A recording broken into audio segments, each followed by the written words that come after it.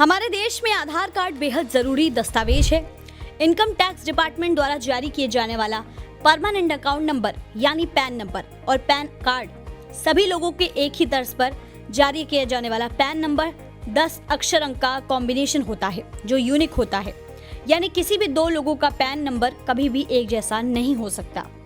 दरअसल income tax department किसी भी शख्स द्वारा किए गए टैक्स संबंधी लेन देन और सभी तरह की सूचनाओं को पैन नंबर के साथ दर्ज करता है, ताकि टैक्स डिपार्टमेंट के लिए किसी भी शख्स की हर तरह की टैक्स संबंधी गतिविधियों को लिंक और ट्रैक करना संभव हो जाता है।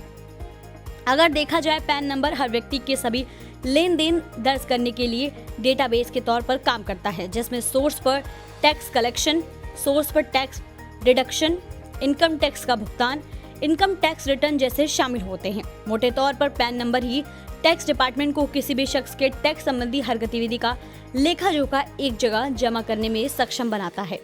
इनकम टैक्स डिपार्टमेंट प्रत्येक करदाता यानी टैक्स पेयर को आवेदन करने पर पैन कार्ड जारी करता है। भौतिक रूप से दिए गए पैन कार्ड में एक्सक्लूसिव पैन नंबर के अलावा टैक्स पेयर का नाम, उसके पिता का नाम, जन्म तिथि, दस्तखत और तस्वीर दर्ज होती है।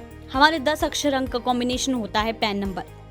पैन नंबर यानी पैन नंबर हमेशा 10 अंक का कॉम्बिनेशन होता है, जिसमें पहले 5 अक्षर अंग्रेजी भाषा के वर्ण होते हैं, उसके बाद 4 अंक होते हैं और अंतिम अक्षर फिर अंग्रेजी भाषा का वर्ण होता है। यानी कोई भी पैन नंबर कुछ इस तरह दिखाता है: ABCPX 1234Z।